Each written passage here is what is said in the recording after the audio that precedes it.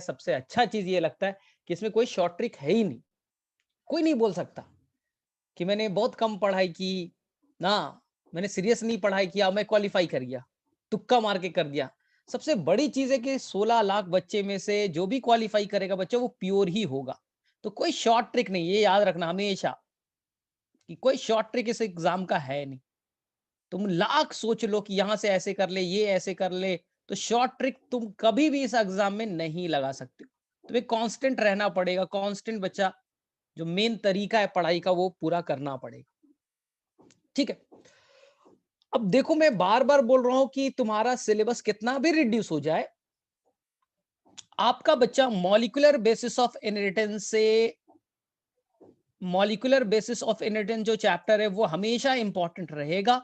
वो नीट हो या बोर्ड हो, इससे बच्चा नीट में 5 से 6 क्वेश्चन आएंगे ही आएंगे। जेनेटिक्स से बच्चा क्वेश्चन आएगा ही आएगा। ठीक है, तो मॉलिक्यूलर में मैंने नोट किया है, तुम लोगों का नहीं सभी का, अभी तक का जितना मेरा एक्सपीरियंस है, लास्ट में जो बच्चा टॉपिक गिवन है, पैराग्राफ गिवन है, डीएनए पॉलीमॉर्फिज्म, जब पॉइंट 1 हो जाएगा तो उसे एलील कह देंगे ना। ये बेटा थोड़ा डिफिकल्ट लगता है, ये पार्ट डिफिकल्ट लगता है, आप पढ़ते कुछ समझ में नहीं आता, कुछ समझ में नहीं आता। एनसीईआरटी ऐसा लिखा है कि वो चाहता है कि समझो ना, आप उस चीज को ना समझो तो बेटर है। तो एनसीईआरटी के उसी पैराग्राफ को हम लोग सीखने की कोशिश करेंगे। कुछ बच्चे को डीएनए फिंगर में प्रिंटिंग में प्रॉब्लम था तो उसको भी सीखने की कोशिश करेंगे।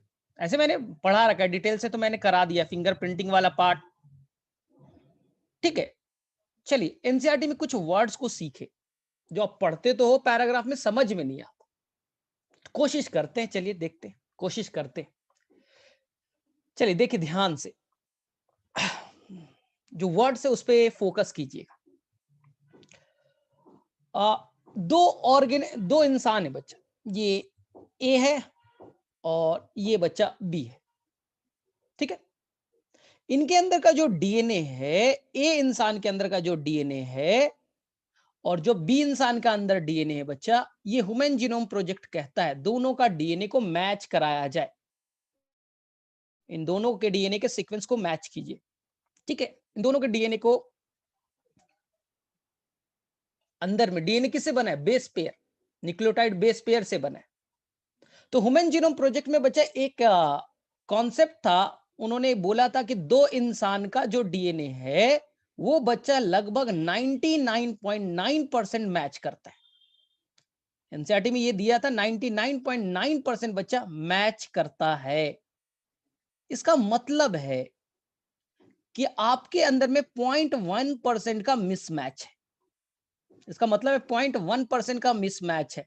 तो किसी भी मैथ्स वाले बच्चे को आप बोलोगे कि किसी भी एक इंसान का डीएनए दूसरे इंसान से, तुम्हारा बेटा बराक ओबामा से मैच करा दूं तो 99.9% मैच हो जाएगा। तो मैथ्स वाला बोलेगा ठीक है, यानी इसको इग्नोर करो, 0.1% को इग्नोर करके आगे बढ़ो। 0.1% का क्या वैल्यू है? लेकिन बेटा 0.1% का क्या वैल्यू है, थोड़ा सा बियॉन्ड सोचिए, थोड़ा अपने ब्रेन पे जोर लगाइए। 0.1% का क्या वैल्यू है? एक इंसान के अंदर में सोचिए, आपके अंदर में 3.3 इंटू 10⁻9 बेस पेयर है। सोचिए हैप्लॉइड स्टेज में 3 इंटू 10⁻9 बेस पेयर है और 0.1% का डिफरेंस है। इसका मतलब है कि लगभग बच्चा 3.3 इंटू लगभग कितना, 10⁻6, आई थिंक 6 बेस पेयर का डिफरेंस होता है। मेरे डीएनए में, आपके डीएनए में इतने बेस पेयर का अभी भी डिफरेंस मौजूद है। ये क्या छोटा डाटा आपको दिख रहा है? क्या बेटा मैं इग्नोर कर दूं? क्या ये जो दे रखा है इतने बेस पेयर, लाखों बेस पेयर दे रखे, मैं क्या इसे इग्नोर कर दूं? क्या बेटा ये इग्नोर करने लायक है? तुम्हें लगा बेटा 0.1% इग्नोर करके आगे बढ़ जाते? एक इंसान का डीएनए दूसरे इंसान के डीएनए से 0.1% में डिफर करता है तो हम इसे इग्नोर करते आगे बढ़ते। लेकिन सोचिए 0.1% बेटा इतना, ये तो इकोलाई के अंदर में इतने टोटल डीएनए होते हैं। इक्वलाई में 10 पे पावर 6 बेस पेयर होता है ना बैक्टीरिया के अंदर में। समझो बच्चा, इतना डीएनए का डिफरेंस ए इंसान और बी इंसान के बीच में है। हर इंसान का, हर इंसान का बच्चा दूसरे इंसान से इतने बेस पेयर का डिफरेंस है, यानी ए इंसान का डीएनए अलग है, बी का अलग है बच्चा। इसी का फायदा फिंगर प्रिंटिंग में उठाते हैं। हर इंसान का डीएनए बेटा यूनिक है, अलग है, क्योंकि देख लीजिए इतने बेस पेयर का डिफरेंस है, 10 पे पावर 6 बेस पेयर का डिफरेंस है। इसी को, यही बच्चा, हर इंसान यूनिक है अपने आप में, हर इंसान अपने आप में यूनिक है। इसी यूनिकनेस का फायदा उठा करके फिंगर प्रिंटिंग बनाया गया। बोले ठीक है। अब सेकेंड लाइन को सीखिए, अब सेकेंड लाइन को सीखिएगा, ठीक है। अब देखिए सेकेंड लाइन एनसीईआरटी का, ठीक है। हमारे डीएनए का देख लीजिए, ध्यान से सुनिएगा। ये आपका डीएनए, सपोज ये आपका मैंने डीएनए बना दी। डीएनए डबल स्टैंड है, सभी को आता है कि डीएनए डबल स्टैंड ही होते हैं। मैंने डबल स्टैंड डीएनए बना दिया, ठीक। एनसीईआरटी में बच्चा ह्यूमन जीनोम प्रोजेक्ट में एक लाइन है कि आपके डीएनए का केवल 2% से कम पार्ट बच्चा काम करता है, वो जीन वाला पार्ट है। केवल 2% से लेस देन 2% जो पार्ट है वो काम करता है, यानी जीन है। काम करना, फंक्शनल करना जीन है। बोले मतलब वो आरएनए बना सकता है, वो बच्चा प्रोटीन बना सकता है, एंजाइम बना सकता है, केवल बेटा लेस देन 2%, केवल 2% है। यानी कि 98% से ज्यादा, 98% से ज्यादा पार्ट आपका नॉन फंक्शनल है, नॉन कोडिंग पार्ट है। एनसीईआरटी का वर्ड है नॉन कोडिंग पार्ट है, नॉन फंक्शनल पार्ट है। नॉन फंक्शनल पार्ट देख लीजिए, देख लीजिए, नॉन फंक्शनल पार्ट। तो ये जो आपका येलो वाला पार्ट है बेटा, इसी को मैं कहता हूं कोडिंग पार्ट है, फंक्शनल पार्ट है। और ये जो व्हाइट वाला है, ये नॉन कोडिंग पार्ट है, नॉन फंक्शनल पार्ट है। इसलिए अगर आपके डीएनए में म्यूटेशन होता है, आपके डीएनए में बेटा म्यूटेशन होता है, तो ज्यादा चांसेस है नॉन कोडिंग पार्ट पे होगा, नॉन फंक्शनल पार्ट पे होगा, जो आपको पता भी नहीं चलेगा, जो आपको पता भी नहीं चलेगा। 98% से ज्यादा पार्ट तो नॉन फंक्शनल है, वो आपको पता भी नहीं चलेगा। और अच्छा चीज भी है, मैंने पिछले क्लास में बोला था कि अगर इस वाले पार्ट में, नॉन कोडिंग पार्ट में, अगर अगर बच्चा म्यूटेशन हो जाए तो अच्छी बात है, कोई फर्क नहीं पड़ेगा। कोई रेज आया, खराब कर दिया। लेकिन जो नॉन कोडिंग पार्ट है, उसमें जो ना, उस नॉन कोडिंग पार्ट में बच्चा जो डीएनए है, वो देखिए एजीटीसी, वहां का सीक्वेंस मैंने मान लिया, एजीटीसी एजीटीसी एजीटीसी एजीटीसी। जो नॉन कोडिंग पार्ट है, वहां देखिए तो ये सीक्वेंस आपको लगातार रिपीट नहीं हो रहा है, टीसी एजीटीसी एजीटीसी। तो जो आपके डीएनए का नॉन फंक्शनल पार्ट है ना, वो बच्चा अपने आप में रिपीटेशन शो कर रहा है। तो इस नॉन कोडिंग पार्ट के रीजन को हम लोग कहते हैं रिपीटेटिव डीएनए, रिपीटेटिव डीएनए। तो जो आपका नॉन कोडिंग पार्ट है, नॉन फंक्शनल पार्ट है, उसमें लगातार डीएनए अपने आप को रिपीट कर रहा है हजारों बार। ये रिपीटेशन बेटा हजारों बार हो सकता है, एजीटीसी एजीटीसी एजीटीसी एजीटीसी हजारों बार हो सकता है।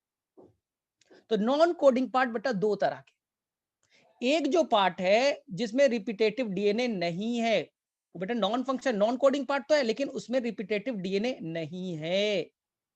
और एक पार्ट है जिसके अंदर में रिपीटेटिव डीएनए मौजूद है। अब कुछ क्लैरिटी बन रहा है।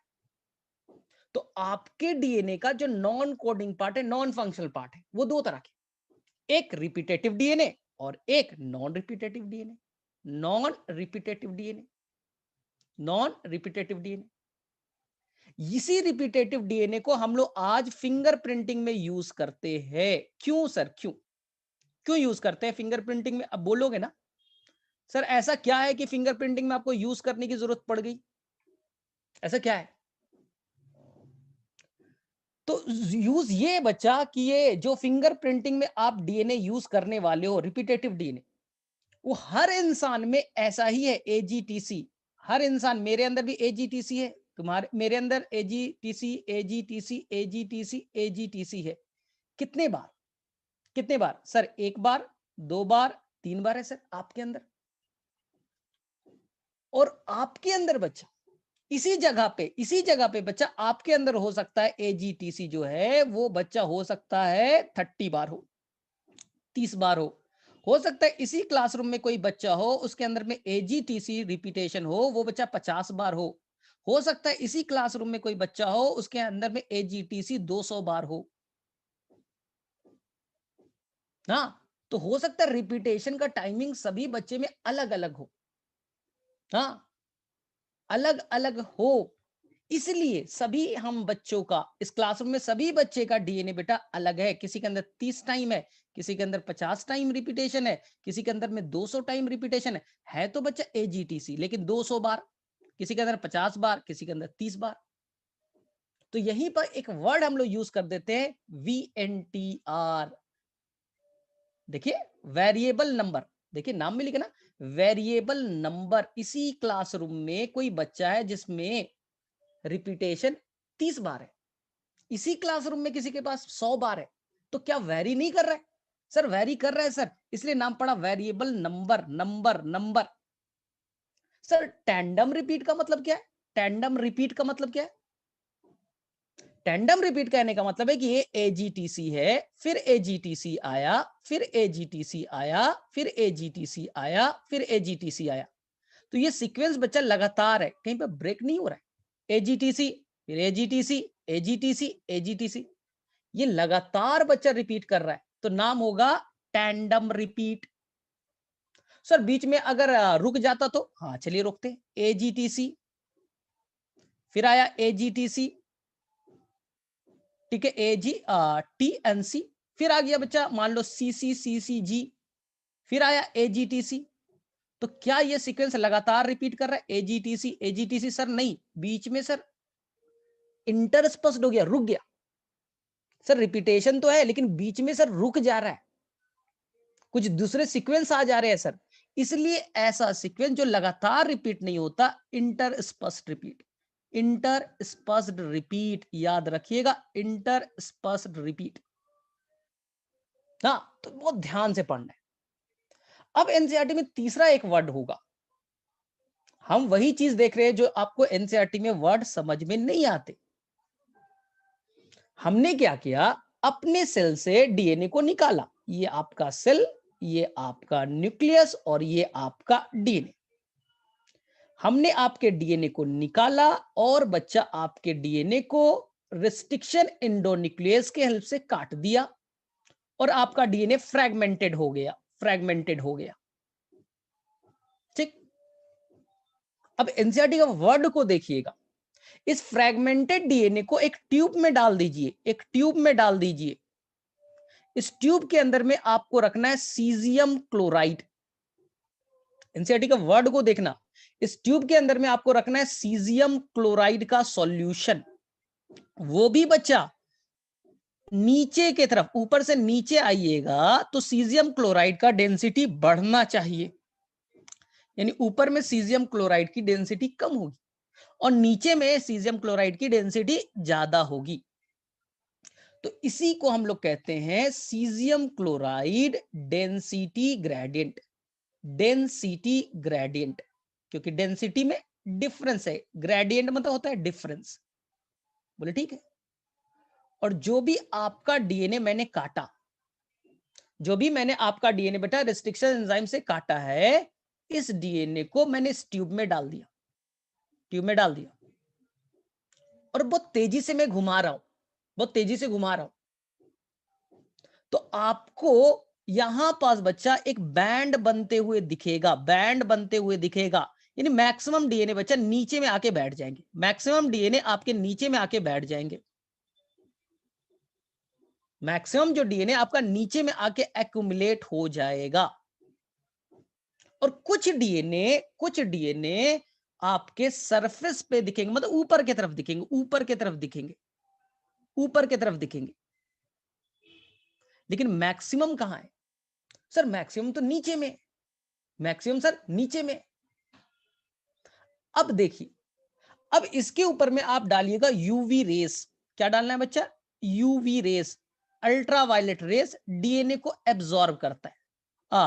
अल्ट्रावायलेट रेस डालते हैं ना तो डीएनए उसको पकड़ लेता है, यूवी रेस को पकड़ने की ताकत रखता है अल्ट्रावायलेट रेस, यूवी रे को पकड़ लेगा।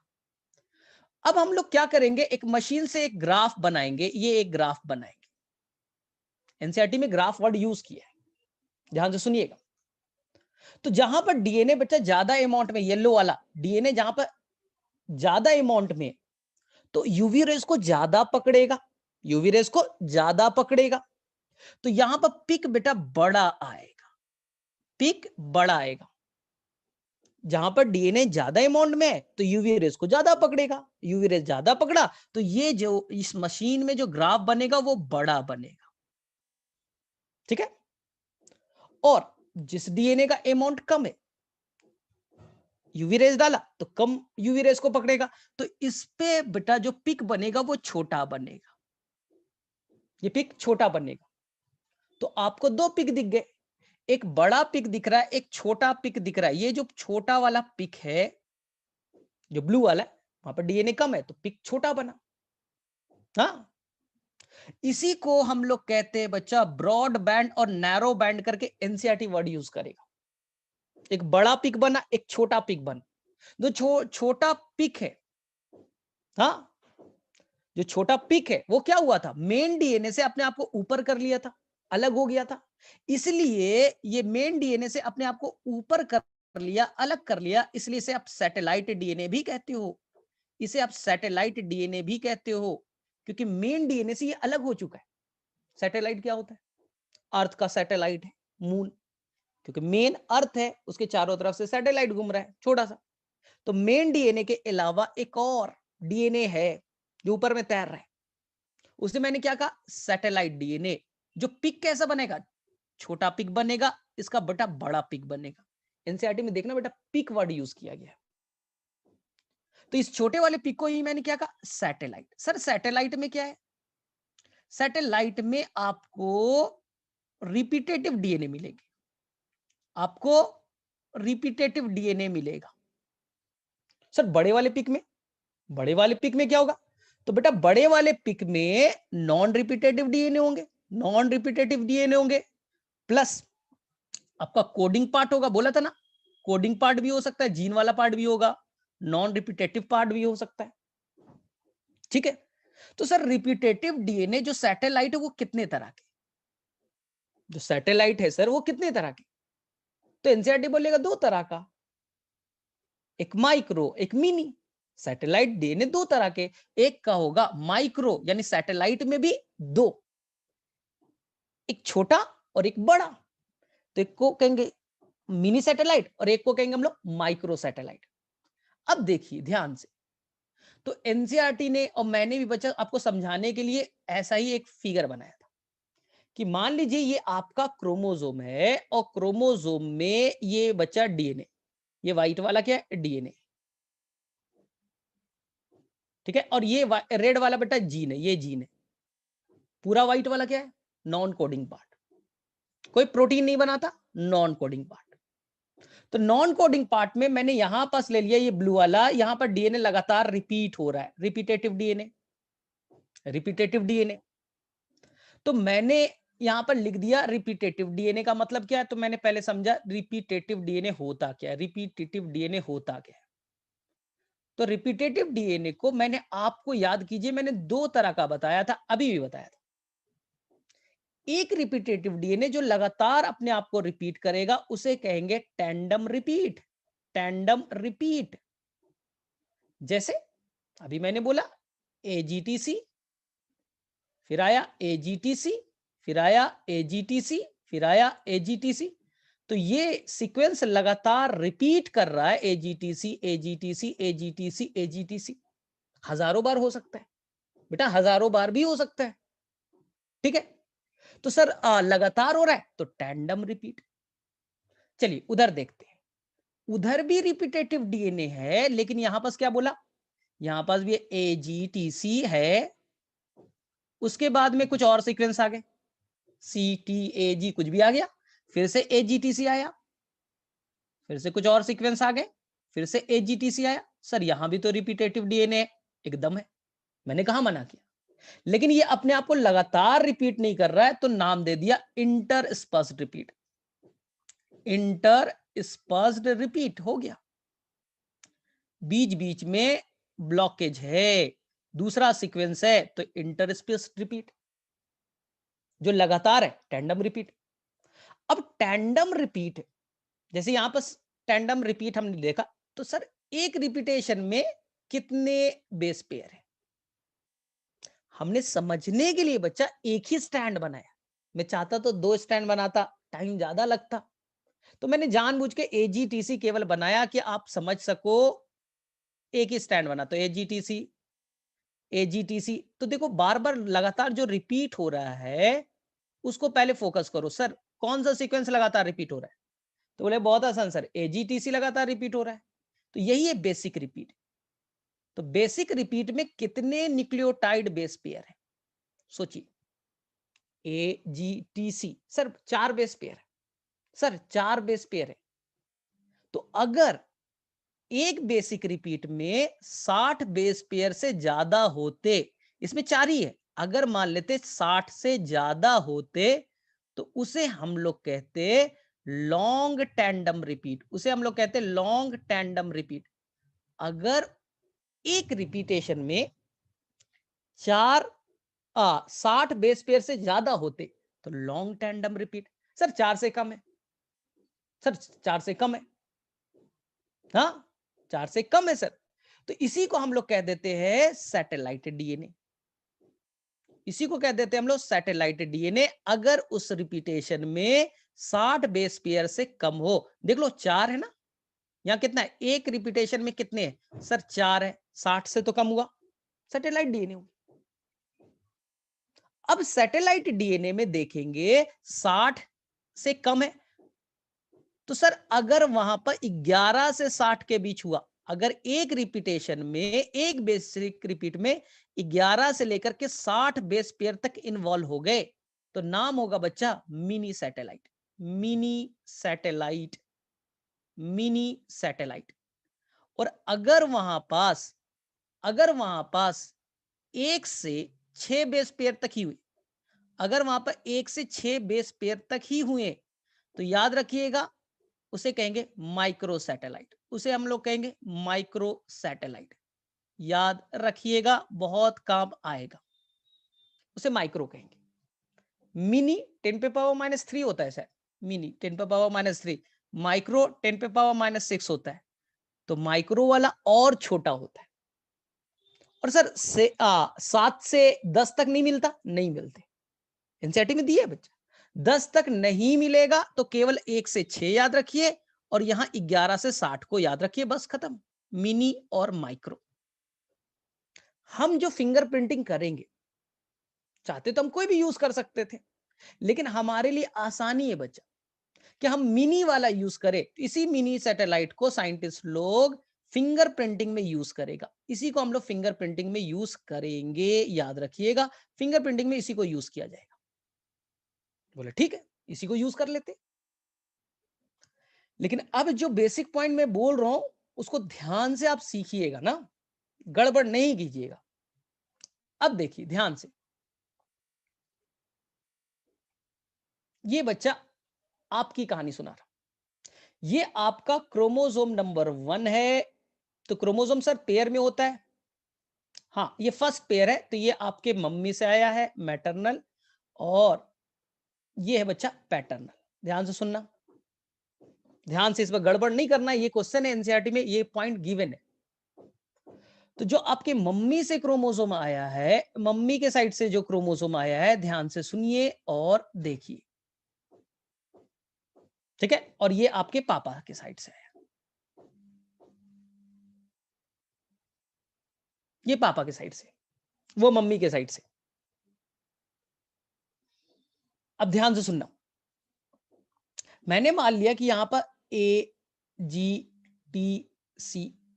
एक बार हुआ, एक रिपीट, AGTC 2 रिपीट, AGTC 3 बार रिपीट हुआ, 3 बार रिपीट हुआ, तो जो आपका रिपीटेशन है कितने बार है सर? 3 बार है। दिख रहा है ना, AGTC AGTC AGTC सर 3 बार है। तो इसी को कह दीजिए आज से आपके अंदर में मम्मी के साइड से जो क्रोमोसोम आया है, VNTR का नंबर बेटा 3 है। VNTR का नंबर 3 है, क्योंकि जो बेसिक रिपीट है 3 बार रिपीट हुआ।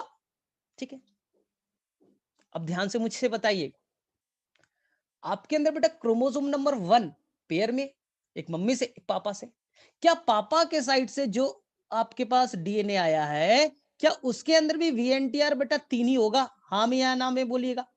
क्या जो पापा ने आपको क्रोमोसोम दिया है उसके अंदर जो DNA है उसके अंदर भी VNTR का नंबर 3 है? 3 से ज्यादा भी हो सकता है, क्या होगा? बोलिए बोलिए, फटाफट बोलिए, इसका आंसर बोलिए। हमें लगता है सर मेरे अंदर में जो क्रोमोसोम का पेयर है सर, दोनों में सेम जगह से लिया है सर, सेम सीक्वेंस होना चाहिए और VNTR का नंबर सेम होना चाहिए। अरे भाई ये पापा से आपने लिया है, तो पापा के अंदर में हो सकता है AGTC होगा 1 बार, AGTC होगा 2 बार, AGTC होगा 3 बार, AGTC होगा 4 बार, AGTC होगा 5 बार। आपके पापा का DNA अलग था, तो आपके अंदर में देख लीजिए, एक बार एक बेसिक रिपीट VNTR, एक और बेसिक रिपीट 2, 3, 4 और 5। आप ही के अंदर बेटा एक ही पेयर पे अलग अलग VNTR मिल गए। आप ही का क्रोमोसोम है, फर्स्ट पेयर है, तो आपको एक मम्मी से मिला VNTR 3 है, पापा से मिला बेटा VNTR 5 है। क्या आप ही के DNA में जो बेटा होमोलोगस पेयर है, क्या DNA में डिफरेंस नहीं मिला? क्या आपके DNA में डिफरेंस नहीं है? बोले हाँ सर है। यही है बेटा DNA पॉलीमॉर्फिज्म। आपका खुद जो क्रोमोसोम पेयर के फॉर्म में, हमें लगता है दोनों में तो एक समान होगा, 100% सेम होगा। अरे कैसे हो सकता है भाई? ये मम्मी से लिया तो मम्मी में VNTR 3 थे और पापा में VNTR का नंबर 5 था। यही तो DNA पॉलीमॉर्फिज्म है आपके बेटा, एक ही लोकस पे जो दो DNA, दोनों DNA डिफर है। हाँ, इसलिए आप NCERT देखिएगा। इसी फिगर को मैं थोड़ा सा रिलेट कर रहा हूं, अगर आपके पास NCERT बुक अवेलेबल है, क्योंकि आप समझते नहीं हो फिर रट्टा मारते हो। पेज नंबर 123 का फिगर मैंने ले लिया। ये फिगर मैंने NCERT का पेज नंबर 123 से उठाया। और देखिए बच्चा, अभी क्राइम A और B को छोड़ दीजिए, अपनी बात करो। आपके अंदर में 23 पेयर है, हर पेयर में एक मम्मी एक पापा, तो मम्मी से DNA अलग, पापा वाला DNA अलग होगा। और हर DNA पे सेम चीज है ATGC, लेकिन रिपीटेशन का टाइमिंग अलग अलग है। हाँ, कहीं पर बेटा 3 बार है, कहीं 5 बार है। चलिए एक और दिखा देता हूं। ये क्रोमोसोम नंबर मान लेते हैं ये 9th है, ये क्रोमोसोम नंबर 9th है। एक मम्मी से आया मैटरनल, पापा से आया पैटर्नल, इसलिए एनसीईआरटी ने बेटा पेयर लिया। देखिए 7th pair, 2nd pair, 16 pair. तब बोले सर एक ही ना होना चाहिए, हमारा क्रोमोसोम पेयर है तो सर VNTR अलग अलग कैसे हो गया? अरे भाई, तो आपने जो मम्मी से लिया, मान लीजिए ये एक बॉक्स बनाया यानी एक VNTR, 2 बॉक्स बनाया 2 VNTR, 3 बॉक्स बनाया, 4 बॉक्स बनाया, 5, 6, 7, VNTR का नंबर 7, 7 बार रिपीटेशन है। और पापा से जो लिया उसमें केवल 2 बार है, केवल 2 बार है। तो अब समझ में आया VNTR का क्या है। आपके अंदर जो क्रोमोसोम पेयर में उस पे भी VNTR अलग अलग, मम्मी पे अलग है, पापा पे अलग है। अब ध्यान से सुनना जो मैं बोलूंगा, यानी मेरे अंदर, आपके अंदर, सबके अंदर बेटा AGTC है, बस रिपीटेशन का टाइमिंग अलग अलग। किसी के अंदर 2 बार, किसी के अंदर में 5 बार, किसी के अंदर 100 बार, किसी के अंदर 200 बार। बोले सर इससे फायदा, फायदा देखिए, फायदा ये है कि जहां पर VNTR कंप्लीट होगा, देखो एनसीईआरटी का वर्ड है बच्चा, फ्लैंक करेगा, यानी उसके लेफ्ट साइड और राइट साइड, जहां VNTR कंप्लीट होगा उसके लेफ्ट और राइट, जहां भी VNTR कंप्लीट हुआ उसके लेफ्ट और राइट, यहां पर पाया जाएगा पैलिंड्रोमिक सीक्वेंस। जहां भी वीएनटीआर कंप्लीट हो गया, मान लो 20 बार था, तो उसके बाद में पैलिंड्रोमिक, उससे पहले पैलिंड्रोमिक। सर फायदा उससे, फायदा ये है कि यहां पास आसानी से रिस्ट्रिक्शन एंडोन्यूक्लियस यहां से कट मार देगा, यहां से कट मार देगा, कट मार देगा, जहां भी वीएनटीआर कंप्लीट हुआ कट। अब सोचिए, अब कट हो गया तो आपका जो डीएनए निकलेगा, तो देखिए ना यहाँ पर वीएनटीआर कितने हैं, 1 2 3 4 5 6 7, बड़ा डीएनए। और सर पापा से जो मेरा डीएनए चला उसमें 2 ही थे, तो वो डीएनए छोटा होगा, छोटा होगा। तो जब जेल इलेक्ट्रोफोरेसिस पे रन कीजिएगा तो ये छोटा वाला बच्चा, जब जेल इलेक्ट्रोफोरेसिस पे रन कीजिएगा तो ये छोटा वाला नीचे की तरफ एक्यूमुलेट हो जाएगा और बड़ा वाला ऊपर की तरफ बैठ जाएगा, क्योंकि 7 वीएनटीआर है, वीएनटीआर का नंबर 7 है, 7 बार रिपीटेशन है। तो ये बेटा एक पेयर की कहानी हुई। इसी तरह से हम सेकंड पेयर भी ले लेंगे, इसी तरह से हम 3 पेयर ले लेंगे, तो हमारा डीएनए जब जेल पे चलाइएगा तो अलग अलग ना, ये मान लीजिए आपका मैंने ले लिया 6 पेयर, उस पे 5 रिपीटेशन, और यहां पास थे मान लीजिए 3 रिपीटेशन, ये अलग। यानी अगर आपने 3 पेयर लिया यानी 6 डीएनए निकले, और हर डीएनए में रिपीटेशन अलग है। तो जब आप जेल पे चलाइएगा तो बेटा पूरा का पूरा आपका पैटर्न अलग अलग लेंथ का बनेगा, जो छोटा डीएनए नीचे की तरफ, बड़ा डीएनए ऊपर की तरफ। तो इसी चीज का हम लोग फायदा उठाने वाले हैं फिंगर प्रिंटिंग में। इसी को कहते हैं बेटा, डीएनए आपका जो फ्रैगमेंट है अलग अलग लेंथ का है, तो एक वर्ड बनाते हैं RFLP, restriction fragment length polymorphism. आपने जब रिस्ट्रिक्शन एंजाइम से काटा तो जो फ्रैगमेंट बने उसके अलग अलग लेंथ है, इसी को कहते हैं RFLP। ये हर इंसान का अलग हो, ये मेरा है बच्चे, ये मेरा है। अब तुम अपना चलाओगे इस वेल में, तुम्हारा अलग होगा। ये बच्चा क्राइम सीन से लिया, उसका अलग होगा। हर इंसान का RFLP अलग अलग होगा, सभी का अलग अलग होगा। तो जो क्राइम सीन से आपने डीएनए उठाया था, क्योंकि क्राइम सीन पे मैं गया था मारने के लिए, तो मेरा डीएनए वहां गिर गया होगा। तो मेरा डीएनए वहां जब पुलिस ने उठाया तो मेरा बेटा RFLP अलग बना क्राइम सीन से। अब सस्पेक्ट को लेते आया, सस्पेक्ट का बेटा अलग बना, सस्पेक्ट का अलग बना, अलग बना। तो जिसे भी आप सस्पेक्ट करते हो, आपको बेटा शक है कि उसने मारा होगा, तो क्राइम सीन वाला लीजिए डीएनए, रिस्ट्रिक्शन एंजाइम डालिए, अलग अलग फ्रैगमेंट्स में कन्वर्ट हो गए, RFLP अलग बन गया पूरे ये में।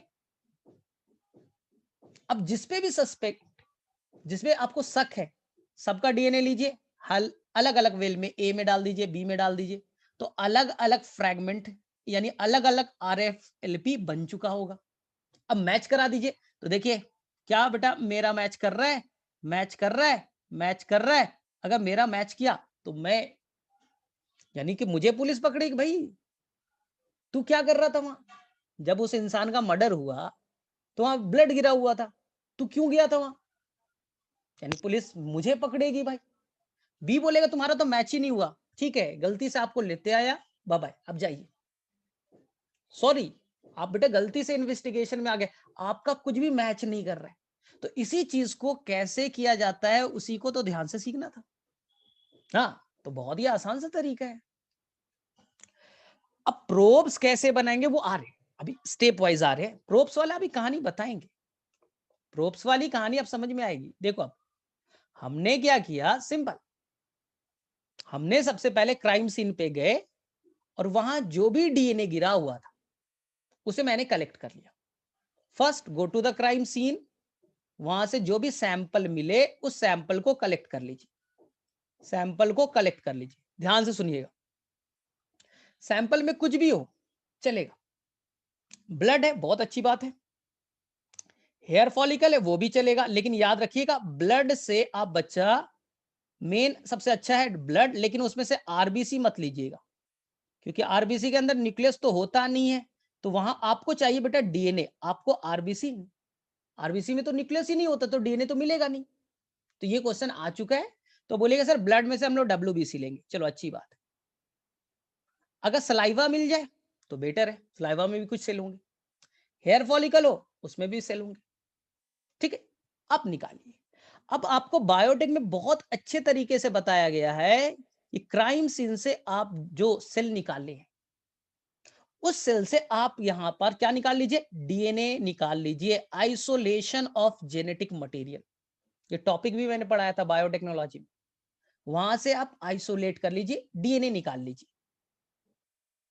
अगर डीएनए का अमाउंट कम है तो आप पीसीआर के हेल्प से डीएनए के अमाउंट को बढ़ा सकते हैं, अगर डीएनए का अमाउंट कम है तो। अदरवाइज कोई जरूरत नहीं, अदरवाइज कोई जरूरत नहीं। ठीक है, तो मान लीजिए मेरे डीएनए मिला सफिशिएंट अमाउंट में था, आपने यहां पर डाला रिस्ट्रिक्शन एंजाइम, रिस्ट्रिक्शन एंजाइम डाला तो ये डीएनए कट हो जाएगा। ध्यान से सुनिएगा कैसे कट होगा, ध्यान से वापस से। इस डीएनए का 98% पार्ट नॉन फंक्शनल है, नॉन कोडिंग है। ये बच्चे जो रेड कलर से बना रहा हो, ये जीन है, ये जीन है, ये सब जीन है केवल, ये बेटा जीन है केवल। 98% पार्ट नॉन फंक्शनल है। ठीक है, अब जो बचे, ठीक है, उनमें कुछ पार्ट बेटा repetitive DNA, non functional non coding का कुछ पार्ट रिपीटेटिव है और कुछ नॉन रिपीटेटिव है। तो मैंने यहां पास देख लीजिए, एक मिनट, हाँ ये बच्चा रिपीटेटिव है, 2 बार रिपीटेशन है मान लीजिए, मुझे नहीं पता कितनी बार है, ये 3 बार रिपीटेशन होगा, मान लो 4 बार रिपीटेशन होगा, ये बेटा 6 बार रिपीटेशन। मुझे दिख नहीं रहा है, मैं समझाने के लिए बता, इसके अंदर रिपीटेटिव डीएनए होगा। ठीक है, अब जहां जहां रिपीटेटिव डीएनए होगा, रिपीटेशन कितने बार है, तो सर कहीं 10 भी हो सकता है, 20 भी हो सकता है, 50 भी हो सकता है, मुझे क्या मालूम, हाँ मुझे नहीं मालूम। रिस्ट्रिक्शन एंजाइम क्या करेगा, जहां भी वीएनटीआर होगा, रिपीटेटिव डीएनए होगा, उसके लेफ्ट और राइट से कट मार देगा, लेफ्ट और राइट से कट मार देगा। कट हो गए, पूरा डीएनए आपका अलग हो चुका है, पूरा डीएनए बेटा अलग हो गया, पूरा डीएनए आपका अलग हो गया। मुझे कुछ नहीं दिख रहा है, मैंने तो तुम्हें समझाने के लिए येलो वाले पार्ट का सहारा ले लिया कि इसमें 2 वीएनटीआर है, इसमें 5 वीएनटीआर, मुझे कहां से दिखेगा, नहीं तो किसी साइंटिस्ट को भी नहीं दिखेगा, किसी को नहीं दिख रहा है। बस मुझे मालूम है जहां मेरा वीएनटीआर था वहां रिस्ट्रिक्शन एंजाइम ने लेफ्ट और राइट दोनों से कट मार दिए। ठीक है, अब नेक्स्ट आप क्या कीजिए, जेल इलेक्ट्रोफोरेसिस चलाइए। ध्यान से सुनिएगा, इस पर गड़बड़ नहीं कीजिएगा, तभी प्रोब समझ में आएगा। जेल बनाइए मस्त, ये जेल बनाया, आपको बहुत अच्छे से बता रखा है, बायोटेक में कई बार बता रखा है। जेल में आप यहां पर वेल बनाएंगे जहां पर डीएनए को लोड किया जाएगा। आप 3 बना दीजिए, एनसीईआरटी ने 3 बनाए, मैंने भी 3 बनाए। सर क्यों, सबसे पहले आप पहले वाले में क्राइम सीन से जो भी डीएनए निकाला था वो डालिए, क्राइम सीन से जो भी डीएनए मिला डाल दीजिए। अब जो सस्पेक्ट है, जिसपे आपको शक है, S1 सस्पेक्ट 1 और सस्पेक्ट 2, उनका डीएनए ले लीजिए। सर सस्पेक्ट 5 है, 5 ले लीजिए। अगर 5 को पे शक है, पांचों का आप डीएनए ले लीजिए, जेल इलेक्ट्रोफोरेसिस पे चला दीजिए। आपको थोड़ी देर के बाद में बेटा बैंड ऐसे दिखेगा, अगर थोड़ा लॉजिकल आप हो तो पूरा देखिए ऐसा दिखेगा। DNA double stand, double stand, double stand, double stand, DNA double stand होता है, सभी को मालूम है, डबल स्टैंडर्ड डीएनए बन गए, बन गए, बन गए। ढेर सारे डीएनए के फ्रैगमेंट बने, हजारों फ्रैगमेंट बनेंगे, हजारों फ्रैगमेंट्स बना, यहां भी, यहां भी, यहां भी, यहां भी। बोले सर 100% सेम दिख रहा है सर। सर जो डीएनए, जो बैंड क्राइम सीन वाले में दिख रहा है, वही सर मुझे S1 में दिख रहा है, और वही पैटर्न सर S2 में दिख रहा है, और वही दिख रहा है सर S1 में, एकदम दिखना चाहिए। सर तो फिर कैसे पता चलेगा, जो बैंड हमें दिख रहा है क्राइम वाले वेल में, क्राइम सीन से जो डीएनए निकाला था जिस वेल में डाला, वही सर S1 वाले में दिख रहा है, वही सर S2 में दिखेगा, एकदम दिखना चाहिए। क्योंकि मैंने पहले ही बोला है कि किसी का भी डीएनए 99%, 99.9% मैच करता है। देख लो मैच तो कर ही रहा है, मैच कर रहा है, ये तो एनसीईआरटी में लिखा है। अब डीएनए डालिए, डीएनए डालिए, तो आपको जो सस्पेक्ट 1 का जो बैंड दिखेगा, वो क्राइम सीन वाले से बैंड से हट मैच कर रहा है, क्योंकि 99.9% डीएनए तो मैच करता है, मैच करा दिया, इसलिए कंफ्यूजन होता है। सर अब कैसे पता चलेगा? हाँ अब बोलो, अब हमें क्या करना है कि डीएनए यहां पर सभी के सभी डीएनए डबल स्टैंडर्ड है, और यहां मुझे पता करना है कि कौन आपका वीएनटीआर है, कौन रिपीटेटिव डीएनए, अब मुझे पता करना है ना, मेन चैलेंज ये है। तो मैंने क्या किया, सभी डीएनए डबल स्टैंडर्ड है, तो हमने क्या किया, यहां पास सिंपल समझाने के लिए बता दे रहा हूं, एक बफर सॉल्यूशन लिया जिसके अंदर में NaOH डाल दिया, NaOH डाल दिया, बफर है, ठीक है, अल्कलाइन बफर है, ठीक है, अल्कलाइन सॉल्यूशन डालिए, सिंपल अल्कलाइन सॉल्यूशन डाल दीजिए, ये OH है, ये अल्कली है, NaOH। OH क्या करेगा, सोचिए, केमिस्ट्री पढ़ा है आपने, OH क्या करेगा, वो जाएगा डीएनए के डबल स्टैंड के पास और उनके बीच के हाइड्रोजन बॉन्ड को तोड़ देगा, सिंपल। OH क्या है, अल्कली, NaOH क्या बना है, OH माइनस गया, हाइड्रोजन बॉन्ड को तोड़ देगा, तो सारे डीएनए जो है डबल स्टैंडर्ड से सिंगल स्टैंडर्ड में कन्वर्ट हो गए, इसी को कहते हैं डीनेचुरेशन। ये एनसीईआरटी में मिसिंग है, लेकिन बड़ा इंपॉर्टेंट है, डीनेचुरेशन कराना जरूरी है। तो सभी डीएनए अब सिंगल स्टैंड में कन्वर्ट हो चुके हैं, इस जेल के सारे। तो सर डीनेचुरेशन सर टेम्परेचर बढ़ा के भी तो कर सकते थे। हाँ भाई, ये क्वेश्चन आएगा कि डीनेचुरेशन तुम टेम्परेचर बढ़ा के भी तो कर सकते थे, क्यों नहीं किया?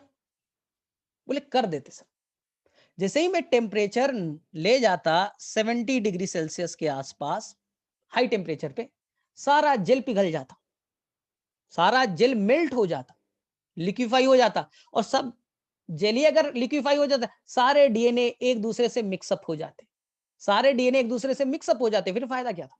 इसलिए आपको डिनेचुरेशन टेम्परेचर बढ़ा के नहीं करना है, अगर टेम्परेचर को बढ़ा के किया तो जेल मेल्ट होगा, और मेल्ट होगा तो सभी मिक्स हो जाएंगे, सारे डीएनए एक दूसरे से मिक्स हो जाएंगे, फायदा क्या है?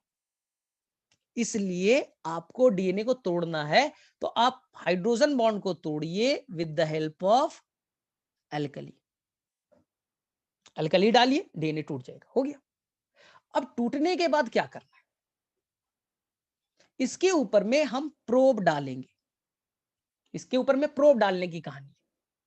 लेकिन प्रॉब्लम ये है कि आगे का कहानी देखो ना, डीएनए किसके ऊपर में, जेल के ऊपर में, और जेल बेटा फ्रेजाइल होता है, यानी कि ये तो पहले ही सेमी लिक्विड है, आगे की कहानी डिफिकल्ट है इस पे।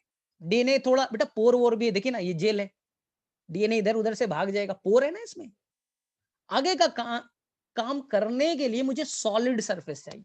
मैं चाहता तो यहां प्रोब डाल सकता था, लेकिन प्रॉब्लम ये है कि हम प्रोब डाल भी दे, लेकिन बच्चा यहां पास काम करना डिफिकल्ट है, मुझे सॉलिड सरफेस चाहिए, तो हम लोग इसके लिए ब्लॉटिंग करेंगे। फिर भी देख लीजिए, मैंने यहां पर 3 विल है, इसमें क्राइम सीन वाला डाला था डीएनए, सस्पेक्ट 1 का था, और ये बेटा सस्पेक्ट 2 का था, याद रखिएगा बाद में मैचिंग में काम आएगा। ये क्राइम सीन का डीएनए, डीएनए अब सारे के सारे सिंगल स्टैंड में कन्वर्ट हो चुके हैं, कन्वर्ट हो चुके, हजारों डीएनए। अरे तुम्हारे डीएनए को तोड़ूंगा, हजारों लाखों बनेंगे यार, डीएनए सिंगल स्टैंडर्ड सब कुछ है। सर सभी के सभी डीएनए तो एक समान दिख रहे सर, एकदम एक्सप्लेन कर लोगे? अगर कोई टीचर भी पूछे सारा डीएनए तो एक तरह का बना दिया, बोले भाई साहब पढ़ ले, 99.9% डीएनए तो मैच करता है, तो दोनों का फ्रेगमेंट मैच नहीं करेगा? वो बोलेगा हाँ ठीक है, अच्छी बात है, आगे बढ़ो। अब आगे का काम प्रोब डालना है, यहां डाल सकते हो, लेकिन उसके लिए सॉलिड सरफेस चाहिए, और जेल में पोर है, डीएनए अभी भी इधर उधर भाग गया, तो इसलिए हमने कुछ नहीं किया, ये ब्लॉट, ये blot nitrocellulose membrane paper, nitrocellulose paper है, और ये आपका जेल है, दोनों को मिला दीजिए, मर्च ना। तो धीरे धीरे क्या होगा, सिंपल सी कहानी है कि ये आपका जेल था, जेल पे अब काम करना डिफिकल्ट है, हमें चाहिए इसके लिए प्योर सॉलिड सरफेस जहां काम करना आसान हो, तो हमने इसके ऊपर रख दिया नाइट्रोसेलुलोज पेपर, डाल दिया। ग्रीन वाला दिख रहा है ये? बोले हाँ सर। डीएनए पे निगेटिव चार्ज होता है? बोले हाँ मालूम है।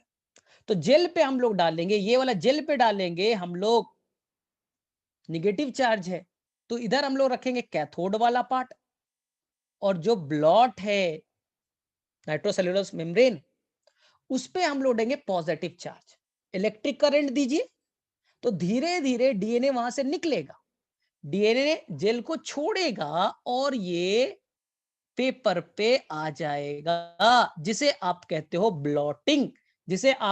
ब्लॉटिंग, ये आपके डीएनए सारे के सारे निकल करके नाइट्रोसेलुलोज मेम्ब्रेन पे आ गए, जिसे आप ब्लॉटिंग कहते हैं। लेकिन आपने डीएनए का किया, तो इसे सॉदर्न ब्लॉट कहेंगे। आपने किसका ट्रांसफर किया? बोले सर जेल से तो हमने डीएनए भेजा है सर, तो नाम सदर्न ब्लॉटिंग, क्योंकि सदर्न नाम के साइंटिस्ट ने किया था। लेकिन अगर आपको आरएनए का करना पड़ जाए, ऐसा ही करना पड़ जाए, तो बच्चा उसके रिस्पेक्ट में आप नदन कहोगे। तो अगर आपने डीएनए का किया तो आप सदन कहोगे, उस रिस्पेक्ट में आरएनए को आप नॉर्दर्न कहोगे, और प्रोटीन को आप वेस्टर्न कहोगे। और जोश में ईस्टर्न लिपिड को मत कह देना, कुछ बुक्स में लिख देंगे। हाँ, तो बस बोलना हमने क्या किया सर, हमने सदर्न ब्लॉट किया। यहां पर बेटा फिर से मैं बोल दूं, यहां पास आपका क्राइम सीन वाला डीएनए है लोडेड, यहां पर सस्पेक्ट 1 का है और ये सस्पेक्ट 2 का है। ठीक है सर, डीएनए मैच ही नहीं कर रहा है। अरे क्यों मैच करेगा? 99% देख लो, मैच करेगा, 99.9% तो मैच ही होता है। बोले हाँ सर, अब क्या करें? अब तुम्हें करना पड़ेगा हाइब्रिडाइजेशन, अब तुम्हें यहां ऐड करना पड़ेगा प्रोब, सर ये प्रोब क्या है? तो जो आपका, ध्यान से समझा देता हूं, आपके वीएनटीआर पे क्या सीक्वेंस था सर? एजीटीसी था सर। आपके वीएनटीआर में क्या था सर? वीएनटीआर में क्या था? एजीटीसी बहुत बार था। तो आप इसका जस्ट कॉम्प्लीमेंट्री बनाओ, ए का बना दो टी, जी का बनाओ सी, टी का बनाओ ए, और सी का बनाओ जी। बस बच्चा यही प्रोब है, ये नीला वाला प्रोब बन गया। मतलब प्रोब सर वीएनटीआर का कॉम्प्लीमेंट्री होता है? हाँ, जो आपका वीएनटीआर एजीटीसी, हाँ, वीएनटीआर में जो डीएनए के सीक्वेंस है उसका आपने कॉम्प्लीमेंट्री तैयार कर दिया, इसी का नाम प्रोब है। तो प्रोब सिंगल स्टैंडर्ड डीएनए होता है, और वो वीएनटीआर का कॉम्प्लीमेंट्री है। वीएनटीआर में जो सीक्वेंस है उसका कॉम्प्लीमेंट्री है। बस एक चीज और, इस प्रोब के अंदर में, जिसमें अब टी है, सी है, ए है, जी है, ये ना, बस इसके अंदर बेटा रेडियो एक्टिव सब्सटेंस डाल दीजिएगा। इसलिए प्रोब का definition, probe is radioactive labelled, हाँ, this is single standard DNA, radio labelled, complementary to VNTR sequence. जो आपका वीएनटीआर सीक्वेंस था, मान लिया यहाँ पर जी सी जी जी जी जी जी जी जी, तो बना लोगे लैब में? बोले सर कुछ नहीं करना है, इसका कॉम्प्लीमेंट्री बना देंगे और इसमें रेडियो एक्टिव सब्सटेंस डाल देंगे, प्रोब कहलाएगा। बस यही है probe, radio labelled, single standard DNA, complementary to VNTR sequence. हो गया। चलिए, बोले सर अब क्या करें? अरे भाई, थोड़ा मोटा दिमाग की जगह पतला दिमाग लगाओ, हो जाएगा। बोले सर पतला दिमाग, ये देखिए अब समझ में आना चाहिए, नहीं तो अभी मारूंगा मैं। देखो ये आपका ब्लॉट है, ठीक। इस ब्लॉट पे मैंने पहले ही बोल दिया बेटा क्राइम सीन वाला डीएनए है, इधर सस्पेक्ट 1 का है और ये बेटा सस्पेक्ट 2 का है। ठीक। इस पे जो तुमने डीएनए चलाया, एक ये हाँ सर डरा दिया है, सभी तो सर एक समान दिख रहा है। अरे रुको तो, हमारा डीएनए एक समान ही दिखता है। अब क्या करना था सर, प्रोब डाली। सर प्रोब जहां जहां, अब लॉजिकल चलना, मोटा दिमाग नहीं, जहां जहां जहां जहां बेटा वीएनटीआर सीक्वेंस होगा, प्रोब जाके बेटा वहां बाइंड कर जाएगा, प्रोब बच्चा वहां जाके बाइंड कर जाएगा, प्रोब जाके बच्चा वहां बाइंड कर जाएगा, प्रोब वहां जाके बाइंड कर जाएगा।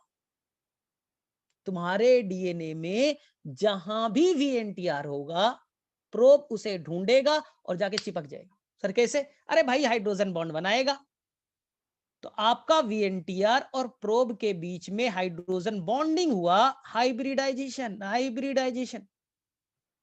चलिए अब सस्पेक्ट 1 में डाला जाए। जहां जहां आपका वीएनटीआर वाला सीक्वेंस होगा, जाके प्रोब बाइंड कर जाएगा, जाके प्रोब बाइंड कर जाएगा, जाके प्रोब बाइंड कर जाएगा, जाके प्रोब बाइंड कर जाएगा। बाइंड कर गया, इसी को हाइब्रिडाइजेशन कहते हैं। सर हमें दिखेगा लड्डू? नहीं दिखेगा। तुम डीएनए को देख सकते हो क्या? नहीं सर डीएनए को तो नहीं देख सकते, मत देखो। चलिए अब सस्पेक्ट 2 में डालिए, सस्पेक्ट 2 में डालिए, प्रोब डालिए।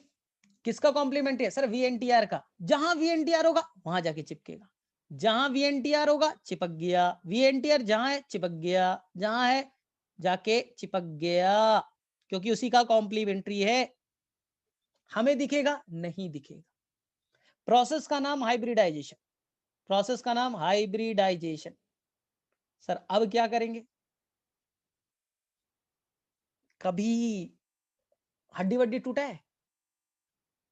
घर में किसी का एक्सरे कराया है? हाँ सर कराया है। तो क्या करते हो? एक्सरे एक प्लेट होता है, एक्सरे एक प्लेट होता है, ब्लैक कलर का दिखता है? बोले हाँ सर दिखता है। उसमें व्हाइट व्हाइट बोन्स दिखते हैं? बोले हाँ सर दिखता है। एक्सरे फिल्म मतलब क्या? ब्लैक कलर का पेपर प्लेट। और लॉजिकल सोचिएगा, थोड़ा मोटा दिमाग मत लगाना।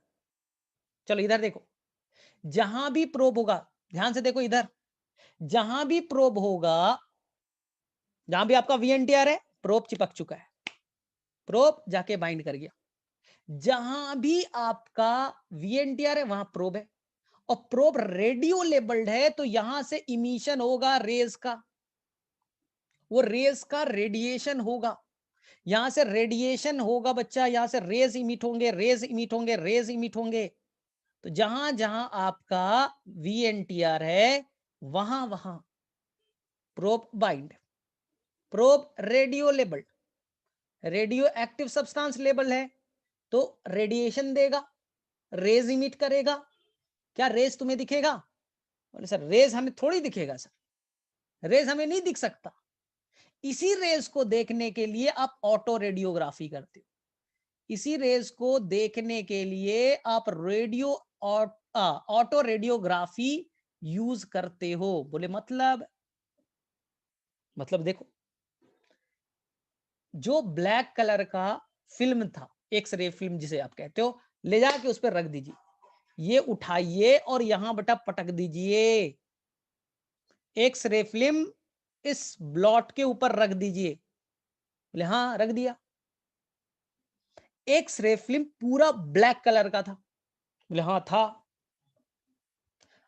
अब जहां जहां रेज इमिट होगा, रेज निकलेगा, तो एक्स रे फिल्म को क्रॉस करेगा, वहां से रेज एक्स रे फिल्म को क्रॉस करेगा और वहां पर व्हाइट स्पॉट बना देगा, व्हाइट स्पॉट बना देगा। जहां जहां, वापस से सुखी, जहां वीएनटीआर है, प्रोब जाके जुड़ा, प्रोब रेडियो लेबल्ड है, रेज इमिट करेगा, हमें दिखेगा नहीं, तो हमने एक्सरे प्लेट रख दिया, एक्सरे प्लेट ब्लैक कलर का। अब जैसे ही वहां से रेडिएशन निकलेगा, प्लेट को क्रॉस करेगा और वो व्हाइट कलर देगा। थोड़े देर के बाद में मुझे यहां पास व्हाइट कलर, यहां पास व्हाइट कलर, यहां पास व्हाइट कलर, यहां पर व्हाइट कलर दिखे। क्यों दिखा? क्लियर है, ये बच्चा क्राइम वाला है, याद है ना, क्राइम सीन वाला है। चलिए दूसरे में देखता हूं, मुझे यहां पर व्हाइट कलर दिखा, व्हाइट कलर दिखा, व्हाइट कलर दिखा, व्हाइट कलर दिखा, ये बेटा सस्पेक्ट 1 का है। चलिए अब सस्पेक्ट 2 में चलते हैं। मैंने देखा कहां कहां पास दिख रहा है भाई, यहां दिखा, यहां दिखा, यहां दिखा, यहां दिखा, सस्पेक्ट 2 का। अब दुनिया का महा मोटा दिमाग भी होगा, मान लो बहुत बेवकूफ इंसान भी होगा, उसे बोलूंगा भैया मैच करने आता है, मैच करो। ये क्राइम साइन का डीएनए बेटा क्या सस्पेक्ट 1 से मैच किया? क्या क्राइम सीन का डीएनए बेटा यहां पर मैच किया? क्या क्राइम सीन का सस्पेक्ट 1 से मैच किया? क्या बेटा मैच किया? बोले सर नहीं, नहीं मैच कर रहा है, 2 से मैच करो। क्या क्राइम सीन का सस्पेक्ट 1 2 से मैच किया? बोले यस। मैच किया? यस। मैच किया? यस। मैच किया? यस। पकड़ लो इसका गट्टा। अरे भाई तेरा डीएनए कैसे मैच किया भाई? कैसे मैच किया? मैच कैसे करिए तुम्हारा डीएनए? क्राइम सीन से मैंने उठाया था वो ब्लड सैंपल, मैंने क्राइम सीन से वो ब्लड सैंपल को उठाया था, और तेरे डीएनए से क्यों मैच कर रहा है? तू कहां था वहां, कहां था? अब लड़की है, लड़ाई उड़ाई होगी बच्चा, बाल बाल खींची होगी, हाँ तूने खींचा होगा मारने में, हाँ तो उसने भी थोड़ा बचाने में तुम्हारा बाल खींचा होगा, तुम्हारा हेयर फॉलिकल नीचे, वहीं से तो डीएनए मैंने उठा लिया है। तो तुम्हारा बेटा क्यों मैच कर रहा है उसके साथ, कुछ बताओगे? क्यों मैच कर रहा है? सस्पेक्ट 1 को बोले भैया माफ कीजिएगा, आपका गलती से हमने आपको बुला लिया, सॉरी बाय बाय, जाइए पकड़ो इसको। मैच कराता है, मैच हुआ। अब बेटा आपके पास दूसरा कोई एविडेंस नहीं, दुनिया में कोई तरीका नहीं, दुनिया में कोई तरीका नहीं है कि अपने आप फिंगरप्रिंट को चेंज कर लो। अब डीएनए को वीएनटीआर को कैसे चेंज कर लोगे भाई? आप अपने वीएनटीआर को कैसे चेंज कर लो? सेकेंड क्वेश्चन, आपका जो वीएनटीआर, ये प्रोफाइलिंग हो गया बच्चे, ये आपका प्रोफाइलिंग है, यही यही था प्रोफाइलिंग आपका, ये डीएनए प्रोफाइलिंग हो गया। ये बॉडी के हर सेल में सेम होगा। बोले सर क्यों? अरे भाई जाइगोट से बने हो ना, जाइगोट से लीवर सेल बना है, ब्रेन सेल बना है, किडनी बना है, सब कुछ तो जाइगोट से बना है। तो सब सेल के अंदर सेम डीएनए होगा, सब सेल के अंदर सेम डीएनए होगा। तो बॉडी के हर सेल में आपका डीएनए प्रोफाइलिंग, फिंगरप्रिंट सेम होगा। कोई भी दुनिया का मेथड नहीं है कि तुम कोई सर्जरी करा लो और चेंज कर लो, ऐसा कोई तरीका। डीएनए कैसे चेंज कर लो? डीएनए क्या चेंज होने की बात है? तो कभी भी चेंज नहीं किया जा सकता, एक ये चीज है। हाँ तुम्हारा फिंगरप्रिंट एक ही इंसान से मैच करेगा दुनिया में, अगर तुम्हारा कोई होमोजाइगोटिक ट्विन होगा, होमोजाइगोटिक ट्विन होगा तो मैच कर जाएगा, क्योंकि सेम जाइगोट से तुम भी बने हो और तुम्हारा भाई भी बना, तो दोनों में सेम डीएनए अगर होगा तो मैच करेगा, अदरवाइज कभी भी मैच नहीं करेगा। इसलिए साइंटिस्ट लोग इसे क्राइम को सॉल्व करने का सबसे अच्छा तरीका मानते हैं, क्राइम को सॉल्व करने का सबसे अच्छा तरीका बनाते हैं। या कोई बच्चा चोरी हो गया, कोई बच्चा बेटा चोरी हो गया, मैंने कहानी बताया वो तुम्हें कि मान लीजिए एम्स में कोई बच्चा पैदा हुआ, तो एम्स में बेटा एक बच्चा थोड़ी पैदा होता है, ठीक है, बहुत सारे बच्चे पैदा होते हैं, बेड ए, बेड बी, बेड सी, नर्स एक साथ सारे बच्चे को लेगी कि बाहर में इंजेक्शन दिलवाना है, नहला करके वापस लेते आएंगे। जब वो ले करके गई, जब वापस आई तो कंफ्यूज्ड कि किसे ए को देना है, किसे बी को देना है, किसी को सी को देना है। अब कैसे करेंगे भाई, ये सॉल्व कैसे करेंगे? तो हम लोग बच्चे का, उस चाइल्ड का, ये बेटा चाइल्ड का हमने ले लिया फिंगरप्रिंट, डीएनए ले लिया और डीएनए का फिंगरप्रिंट बना दिया, डीएनए का फिंगरप्रिंट बना दिया, डीएनए का फिंगरप्रिंट बना दिया, डीएनए का फिंगरप्रिंट बना दिया, उस चाइल्ड का फिंगरप्रिंट बना दिया। दिस इज द चाइल्ड, इस चाइल्ड का फिंगरप्रिंट बना दिया। ठीक, अब कंफ्यूजन है कि वो किससे मैच कर रहा है, किस माँ से मैच कर रहा है। बोले हाँ भाई, किस माँ से मैच कर रहा है, कैसे पता चलेगा? ध्यान से सुनिएगा जो मैं बोलूंगा। सबसे पहले उसके फादर को भी बुला लो भाई। फादर, ठीक है, इस बच्चे का 50% बेटा डीएनए फादर से तो मैच करेगा। ये बच्चा डीएनए कहां से लाया? बोले सर मम्मी से और पापा से।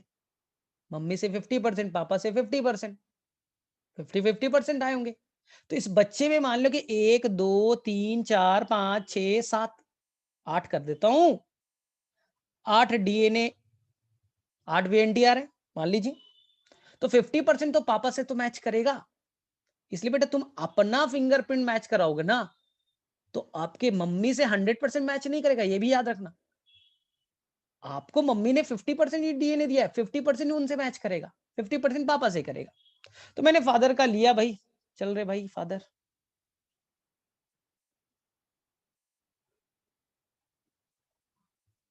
ठीक है, ये पापा है।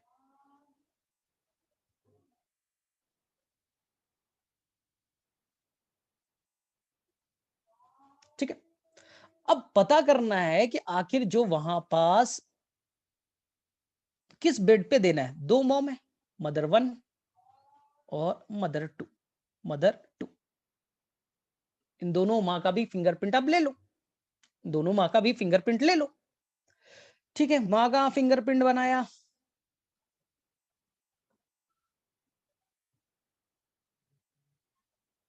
मदर 1, कुछ भी बन सकता है ना।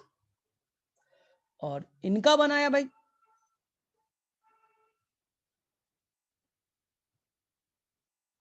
ठीक है। अब क्या करना है, बच्चे को लेना है भाई। ठीक है भाई, 2 मदर में है कि किस मदर को देना चाहिए वो बच्चा। वो बच्चा गुम हो गया है, लाया, 2 माँ लड़ने लगी, नहीं मेरा बच्चा है। तो आपको करना क्या है, आपको ये मालूम है कि मदर से बेटा केवल 50% मैच करेगा, 100 मत मैच करा देना, नहीं मैच करेगा। जैसे तुम लोग थोड़ा मोटा दिमाग लगा दिए तो बोलेगा है उसी का बच्चा है तो उसी मदर से नहीं मैच करेगा 100%। तो ये बेटा मोटा दिमाग। थोड़ा सोचिए, उस बच्चे के अंदर में डीएनए पापा ने भी दिया है और मम्मी ने भी दिया है। तो मम्मी से 50% उसका डीएनए आया है, तो 50% ही मम्मी से मैच करेगा, 100% नहीं करेगा ना। तो 100 मत कराने की कोई, सर एक एक मैच करो, एक पकड़ के मैच करा रहे अरे भाई 50%, 50 अगर इसमें से 8 में 4 में मैच कर गया ना, कहानी खत्म है। क्योंकि बाकी जो है वो फादर से मैच करेगा।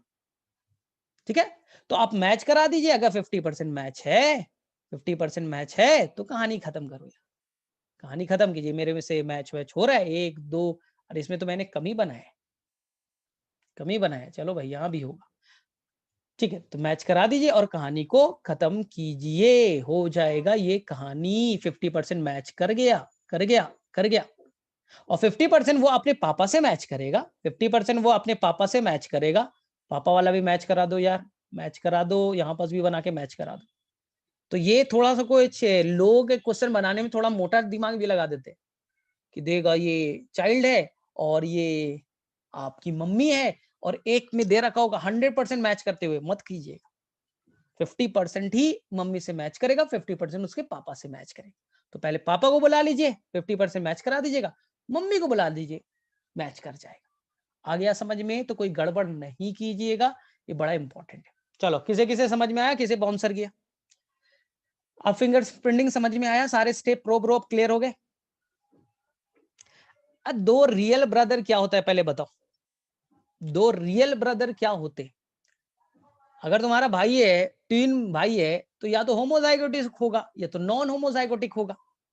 तो रियल का मतलब क्या, होमोजाइगोटिक बोलना चाहते हो, नॉन होमोजाइगोटिक? पहले ये क्लियर करो। अगर एक ही जाइगोट से 2 भाई का बनना हुआ तो दोनों का फिंगरप्रिंट सेम होगा। दुनिया में एक ही से आपका फिंगरप्रिंट मैच कर सकता है। अगर आपका इस दुनिया में कोई होमोजाइगोटिक ट्वीन आपके ब्रदर होंगे, उनसे मैच करेगा, अदरवाइज कभी भी मैच नहीं करेगा। क्लियर है?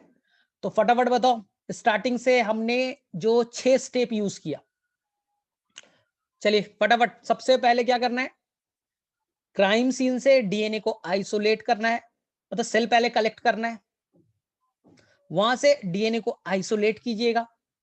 डीएनए का अमाउंट कम है, पीसीआर से डबल कर दीजिए। अगर डीएनए का अमाउंट ज्यादा है, सफिशिएंट है, तो आप क्या करना है भाई, आपको करना है रिस्ट्रिक्शन एंजाइम से काटना है। तो रिस्ट्रिक्शन एंजाइम क्या करेगा, जहां भी आपका वीएनटीआर है, मान ले हमने 6 वीएनटीआर कलेक्ट किया, हमें 6 वीएनटीआर पे काम करना है, तो जहां भी आपका वीएनटीआर है उसके लेफ्ट और राइट से कट कर देगा, लेफ्ट और राइट से कट कर देगा। तो आपका मेन डीएनए अलग, वीएनटीआर भी अलग। अब आप जेल पे चला दीजिए। तो क्राइम सीन से जो डीएनए लिया था उसे जेल पे चलाइए। जो सस्पेक्ट 1 है उनका डीएनए चलाइए, सस्पेक्ट 2 है उनका डीएनए चलाइए। अब हम लोग जेल इलेक्ट्रोफोरेसिस पे क्या होगा, आपके सारे डीएनए जो हजारों फ्रैगमेंट्स में टूट चुके थे वो क्या हो जाएंगे, इस जेल पे बैंड के फॉर्म में आ जाएंगे। लेकिन ये 100% लगभग बेटा मैच करेगा, सबका एक दूसरे से मैच करेगा, क्योंकि जो डीएनए मेरे अंदर है वही बच्चा सस्पेक्ट 2 में है, वही बच्चा क्राइम सीन में है। मतलब मैचिंग होता है, 99.9% तो मैच करते हैं, तो डीएनए सारे मैच करेंगे। तो यहां से आप आंसर नहीं निकाल सकते, इसलिए आप इस जेल को, जो डीएनए है डबल स्टैंडर्ड है, तो उस पे आप डालिएगा अल्कलाइन सॉल्यूशन। एल्कली होगा, एल्कली हाइड्रोजन बॉन्ड को तोड़ देगा, तो जो डबल स्टैंडर्ड डीएनए है वो सिंगल स्टैंडर्ड में कन्वर्ट हो जाएंगे। तो जो भी डबल स्टैंडर्ड डीएनए थे they convert into the single standard form. अब क्या करेंगे, अब आपको करना है, जेल पे काम करना मुश्किल है, क्योंकि प्रोब अगर डालेंगे तो प्रोब कहां इंटर करेगा भाई, प्रोब कहां जाएगा, कोई सॉलिड सरफेस चाहिए जहां पर प्रोब को आसानी से आप डाल सको। इसलिए आप डीएनए को नायलॉन पेपर पे ट्रांसफर करेंगे, जिसे सॉदर्न ब्लॉट कहेंगे। इस ब्लॉट पे जो भी डीएनए होगा वो सिंगल स्टैंडर्ड फॉर्म में होगा, ठीक है। अब प्रोब क्या है, तो पहला लाइन याद रखना है, वो सिंगल स्टैंडर्ड डीएनए होगा। The first line is the they should be single standard complementary to VNTR, वो वीएनटीआर का जस्ट कॉम्प्लीमेंट्री होगा। और तीसरा वो रेडियो लेबल्ड होगा, थर्ड वो रेडियो लेबल्ड होगा। अब आप डाल के छोड़ दीजिए, अब आप डाल करके छोड़ दीजिए, डाल करके छोड़ दीजिए। तो जहां जहां वीएनटीआर होगा, जहां जहां वीएनटीआर होगा, सुभागी मैं आंसर दे रहा हूं क्रॉसिंग ओवर का तुम्हारा आंसर, जहां जहां वीएनटीआर होगा वहां पहचानेगा और वहां जाके प्रोब बाइंड कर जाएगा। तो आपके 6 जगह वीएनटीआर थे, 6 जगह जाके प्रोब बाइंड कर गया, आपको दिखेगा नहीं। तो आपने क्राइम सीन वाले डीएनए को, सस्पेक्ट 1 के डीएनए को, सस्पेक्ट 2 के डीएनए, सब में प्रोब डाल के छोड़ दिया, लेकिन हमें दिखेगा, इसलिए हमने एक एक्स-रे फिल्म लिया, यानी प्लेट लिया और डाल करके ऊपर में छोड़ दिया। जहां भी वीएनटीआर होगा उससे प्रोब जुड़ चुका होगा, और प्रोब रेडियो लेबल्ड होगा तो वो रेज इमिट करेगा, रेडिएशन देगा। और इस रेडिएशन को एक्स-रे प्लेट पे, एक्स-रे फिल्म पे डिटेक्ट करना है। जहां जहां से रेज गुजर देगा तो वहां पर व्हाइट स्पॉट बना देगा, क्योंकि एक्स-रे फिल्म पूरा ब्लैक था, रेज निकला तो व्हाइट में कन्वर्ट हो जाएगा। एक्स-रे फिल्म पे हम लोग स्पॉट्स को देख ले, this is called auto radiography.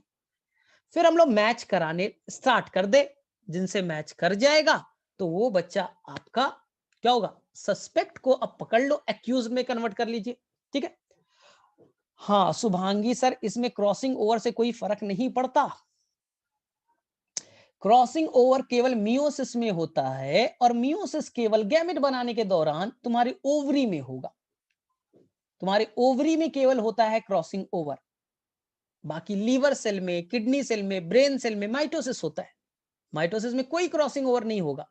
तो तुम बेटा क्या किसी का मर्डर करने जाओगे तो बाल तुम्हारा गिरेगा कि तुम्हारा ओवरी का सेल गिरेगा, थोड़ा लॉजिकल सोचो। तो सर नहीं, बाल गिरेगा, तुम्हारे ब्लड्स गिर सकते हैं, सोमैटिक सेल गिरेंगे, तो सोमैटिक सेल में थोड़ी ना क्रॉसिंग ओवर होता है कि तुम्हारे अंदर चेंजेस आ जाएगा। तो आई थिंक समझ में आया शुभांगी, थोड़ा लॉजिकल क्वेश्चन था, अच्छी बात है, यानी थोड़ा दिमाग खोल करके सोचते हो, अच्छी बात। और किसी को इससे रिलेटेड कोई डाउट अगर नहीं है तो बेटा बहुत महान हो तुम लोग। सर पेरेंट डीएनए टेस्ट में कुछ डिफरेंस हो सकता है। कैसे डिफरेंस हो जाएगा मुझे नहीं समझ में आया। मेरा डीएनए 100% मेरे पेरेंट्स से मैच करेगा, 50% अपने फादर से, 50% पेरेंट्स से। एक्चुअली मैं तुम्हें 6 दिखाया तो तुम्हें लग रहा था 6 तो हमने आसान करने के लिए बनाए। ऐसे से 60 जगह हैं जहां वीएनटीआर होता है, 60 जगह है जहां वीएनटीआर पाया जाता है। तो बेटा 60 जगह एग्जैक्टली किसी से मैच नहीं कर सकता ना, किसी से मैच करना। यहाँ पर 4-5 बनाए तो तुम्हें लग रहा हो सर रैंडम किसी और इंसान से भी तो मैच कर सकता है, 4-5 जगह आसान होता है। लेकिन बेटा 60 जगह पे मैच कराना पॉसिबल नहीं है। तो मैंने बोला है जो तुम्हारा आंसर है तुम पढ़ोगे जब बुक ना, तो ये आएगा 2 इंसान का फिंगरप्रिंट एक तो मोनोजाइगोटिक में मैच करता है, किसी रैंडम से भी मैच कर सकता है। उसकी चांसेस है बेटा 10 बिलियन में एक बार, 10 बिलियन में एक बार। फिलहाल वर्ल्ड का पॉपुलेशन 7 बिलियन है, तो ये बहुत ही कम चांस है, बहुत ही कम चांस है कि आपका डीएनए रैंडमली किसी इंसान से मैच कर जाए। मैच कर सकता है बच्चा, ये मैथ से कैलकुलेट कर सकते हो कि सर मैच क्यों नहीं कर सकता, कर सकता है। उसकी प्रोबेबिलिटी बहुत कम है, 10 बिलियन में एक से मैच कर सकता है रैंडम, अगर जाइगोटिक ट्विन ना भी हो। लेकिन फिलहाल बहुत मुश्किल है, 7 बिलियन तो वर्ल्ड का ही पॉपुलेशन। ठीक है, तो और किसी को कोई इंक्वायरी से बोलो फटाफट। ठीक है, तो मेरे में से अब ऐसा कुछ भी नहीं बचा है तुम्हारे 12th के टॉपिक में जो कि मैं बाकी लोग महान है। ठीक है,